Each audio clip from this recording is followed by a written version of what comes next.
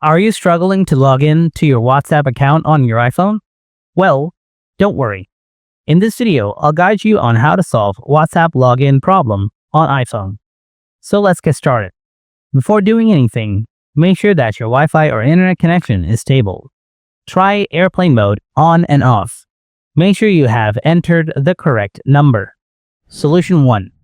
Force close the WhatsApp history.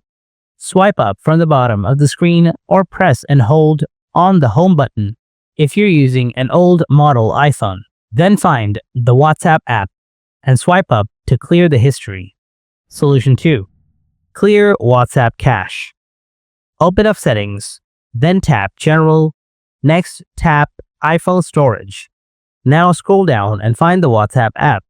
If you can't find the WhatsApp app here, tap on Show All. Next, tap on WhatsApp. Then tap Offload and again tap Offload. After that, tap Reinstall. If you still have the same issue, then follow the next solution. Solution 3. Uninstall and reinstall the app. Press and hold the app from the home screen. Then tap Remove App. After that, tap Delete App. Now go to the App Store, tap on the search icon, type WhatsApp. Now tap on WhatsApp Messenger and tap on it. Now install the app again. Check your issue and whether it's solved or not.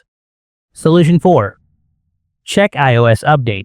Open Settings, tap General, then tap Software Update. If you see any software updates available for iOS, then update your iPhone software to fix this problem. Solution 5. Reset network settings. Open Settings, tap General, scroll down, then tap Transfer or Reset iPhone. After that, tap Reset. Now tap Reset Network Settings.